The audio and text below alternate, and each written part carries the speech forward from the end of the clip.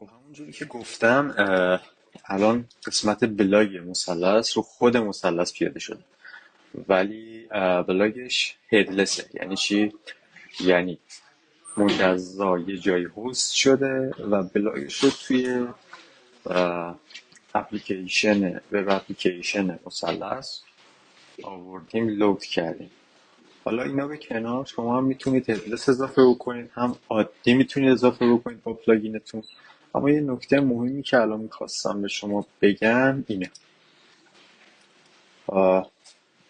اینترنال لینکینگ رو به شما نشون بدم. ببینید،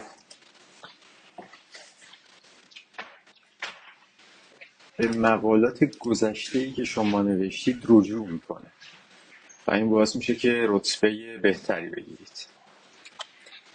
البته آدیو سامری هم داریم، یعنی خلاصه صوتی هم داریم که مثل اینکه گوگل تازگی به اینم خیلی اهمیت میده.